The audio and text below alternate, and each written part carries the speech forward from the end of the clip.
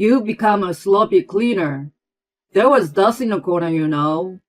You are a housewife, so you'd better get it together. If there is still dust next time I look at it, I will sell your computer. As my work as a cartoonist increased, my husband began giving me the cold shoulder. When I was busy with deadlines, he would harass me, get very specific about chores, and there were times when he'd make me redo the cleaning.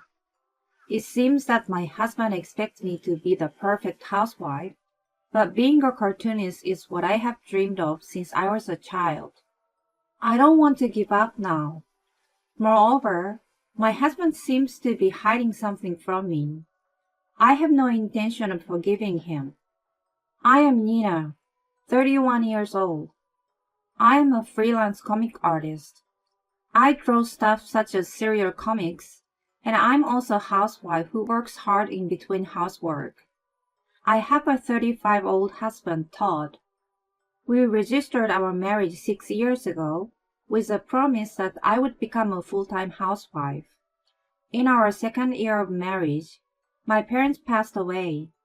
I was their only daughter, and my husband and I lived together in the house I inherited.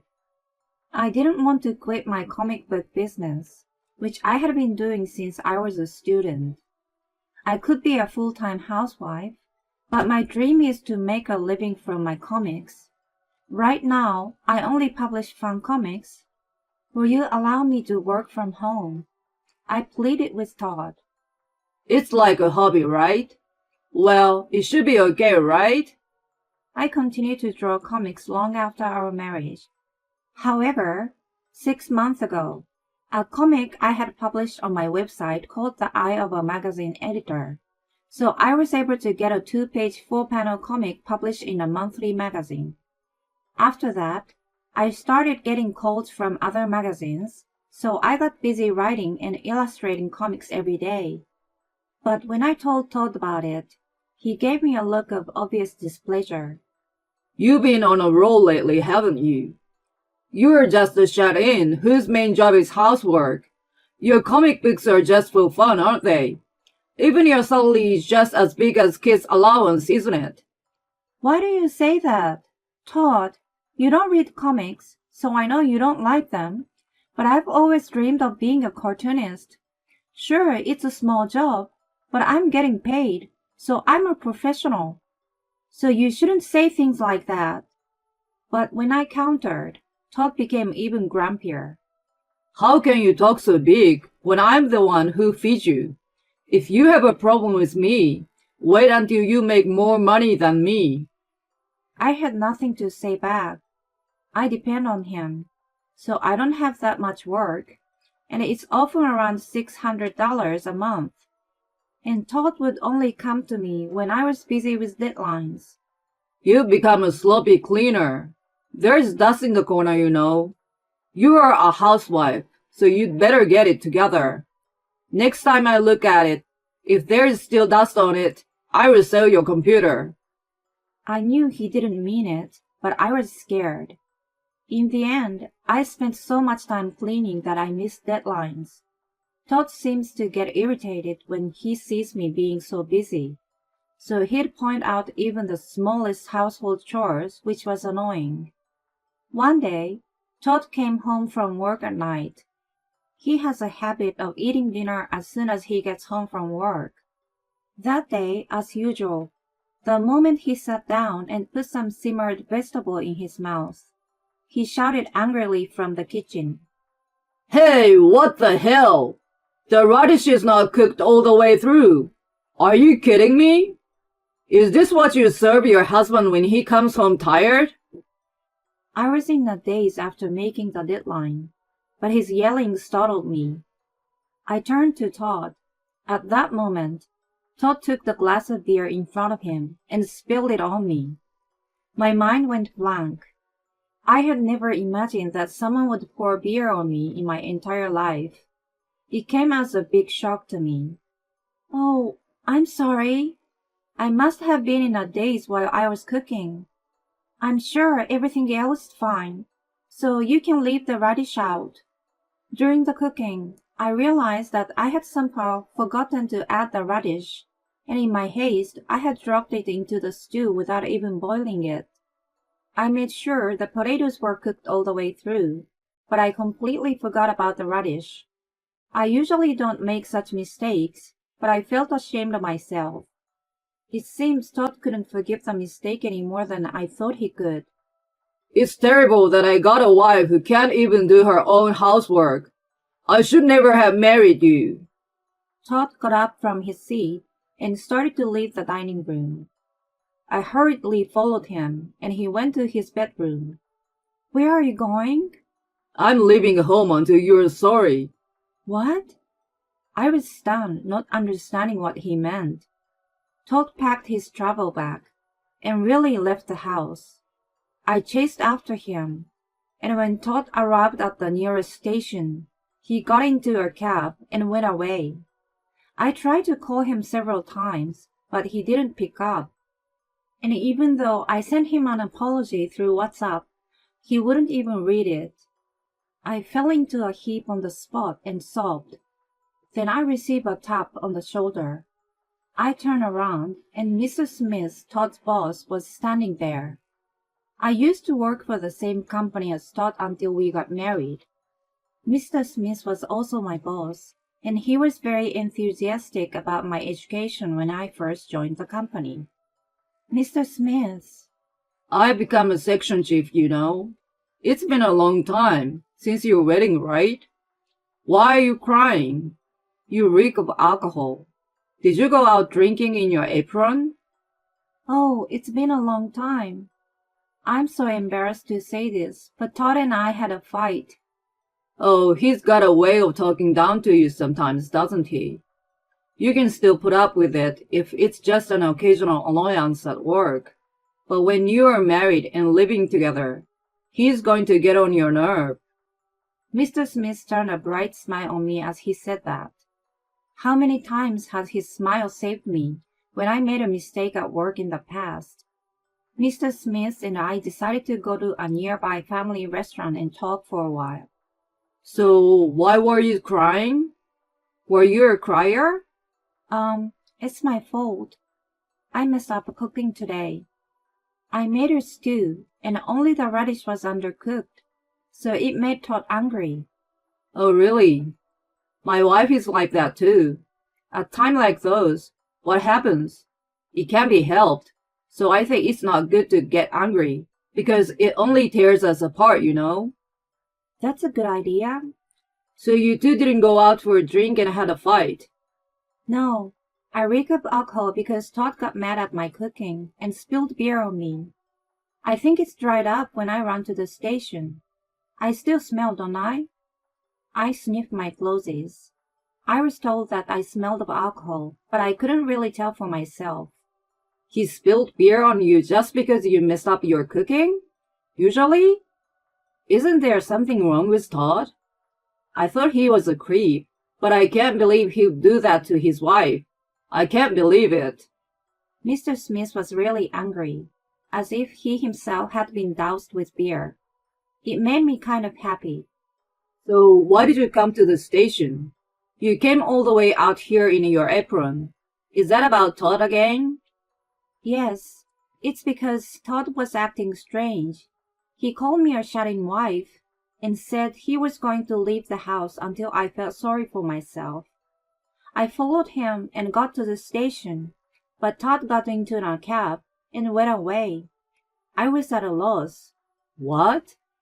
Mr. Smith's face, which had been angry until then, suddenly became tense.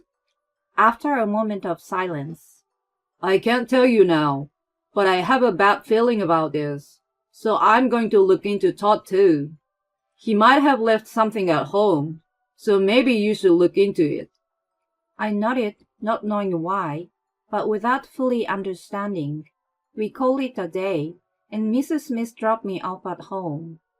As Mr. Smith had told me, I looked at the shelves Todd often used, and I went through Todd's clothes. From inside the pocket of his pants, I found a hotel loyalty card. He used it quite recently, and the card showed a history of use around noon on Saturday, when he said he was working on his day off.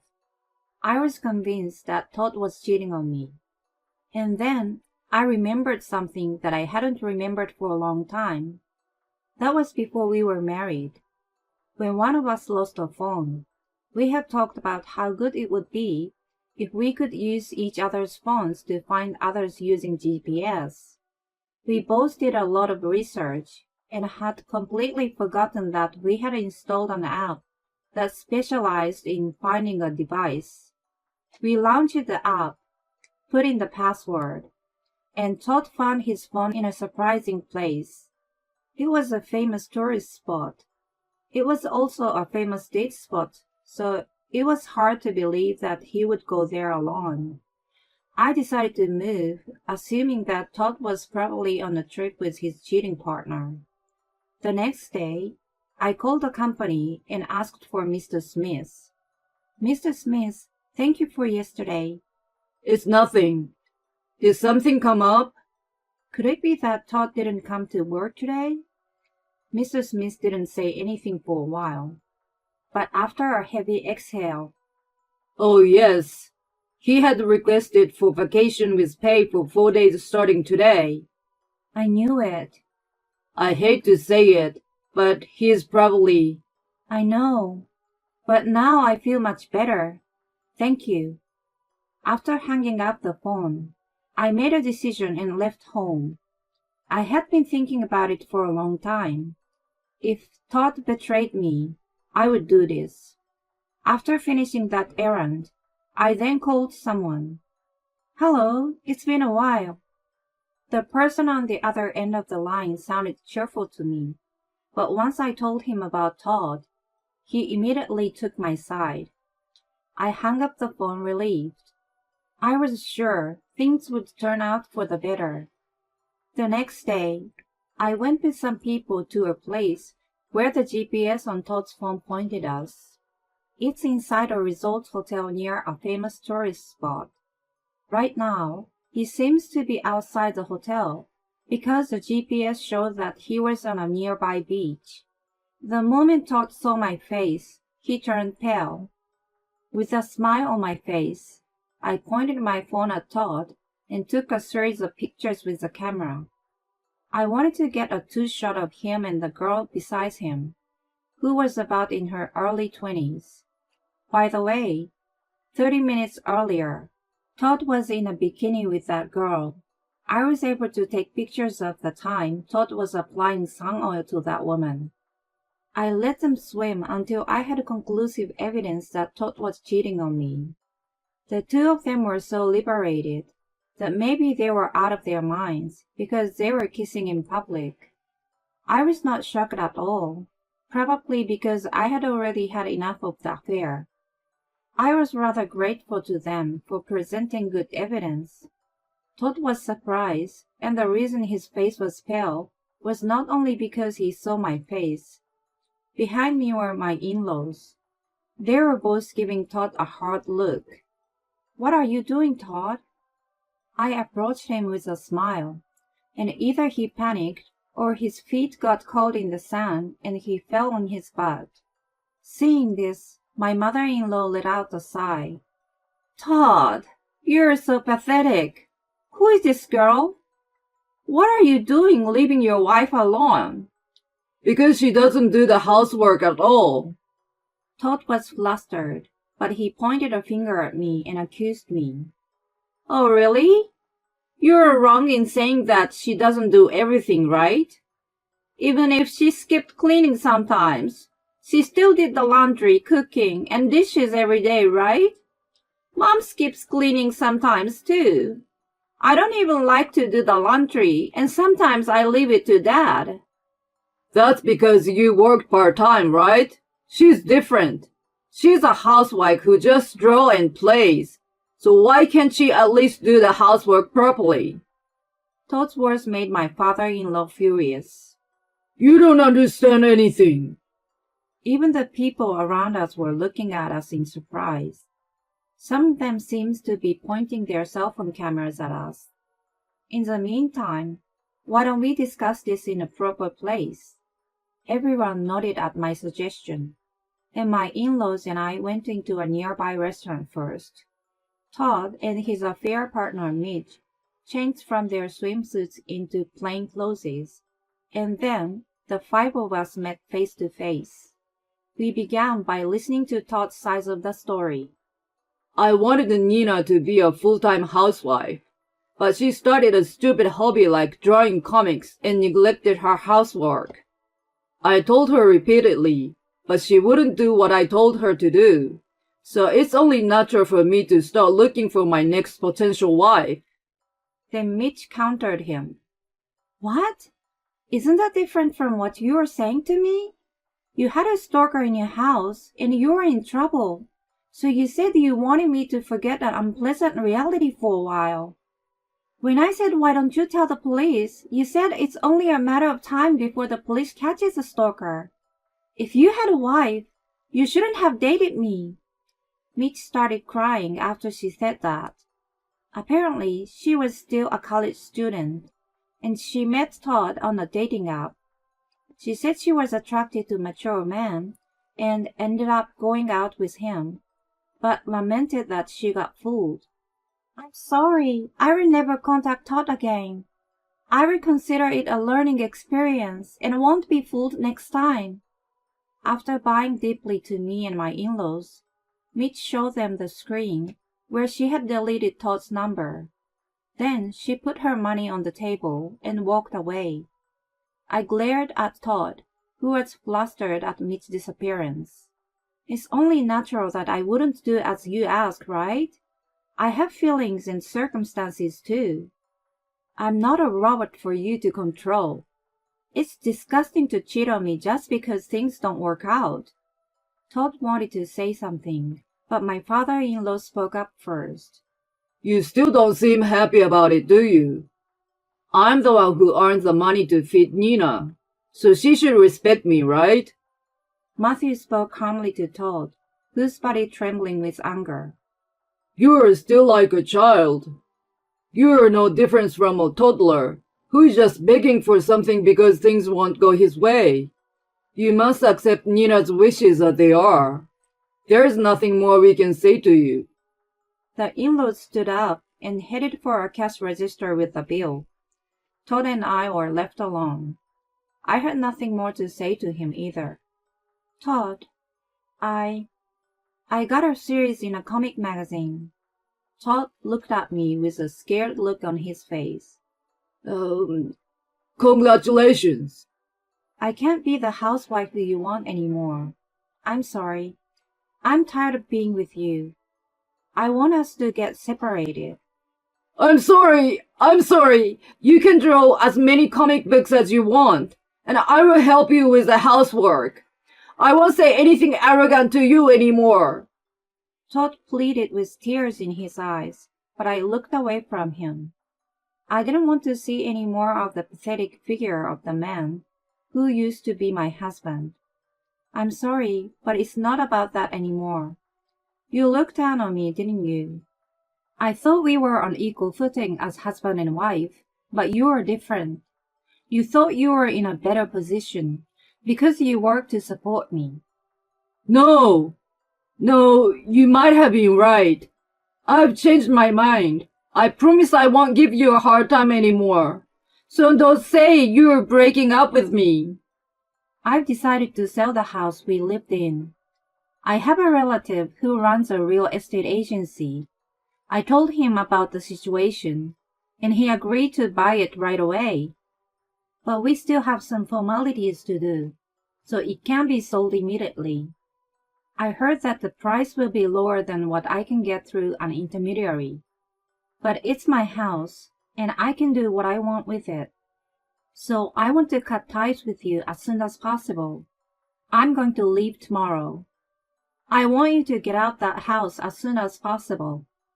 With that, I got up from my seat and started working toward the exit. It was the opposite of that day when Todd left the house, because now it's him who followed me frantically as if he was chasing after me. But as I got into the car my in-laws had, my father-in-law, who's sitting in the driver's seat, started the car as soon as I slammed the door shut. Todd chased after me in the back, crying, but I couldn't see him anymore. Then it seems that he didn't believe a word I said, because when came home from his trip, he saw that all my personal belongings were gone. He called me in tears. I answered the phone as a last act of mercy. Why did you sell it? It's our house, right? Funny thing to say, isn't it? I inherited this house from my parents. Even so, I should have a right to it. You have no rights whatsoever to my inheritance. If you understand that, then get the hell out of my house. And as for alimony and divorce, you will be hearing from my lawyer, so don't run away, okay? I said what I wanted to say and hung up the phone. Since then, Todd was scolded by Mr. Smith for taking time off his pay to go on a trip with his mistress, I heard. He didn't need a reason to use his paid time off, but the fact that he betrayed me, his wife, and took off was something he got severely questioned about. He's now being looked at with cold eyes by his colleagues at work and living an uncomfortable life. My parents-in-law also gave up on him. Todd tried to go back to his parents' house, but they refused. Todd lost money due to alimony payment, got sunk in debt, and is living a rough life alone in a cheap apartment, unable to do much housework. Later, Mr. Smith told me about it, but I didn't feel anything. As for me, I moved into a beautiful one-room apartment, and I'm busy working on a plot for my comic series. I'm researching omnibus format works by various people and using them as a reference. The next story I'm going to draw is about husband's infidelity, so I'm thinking of using Todd as the subject.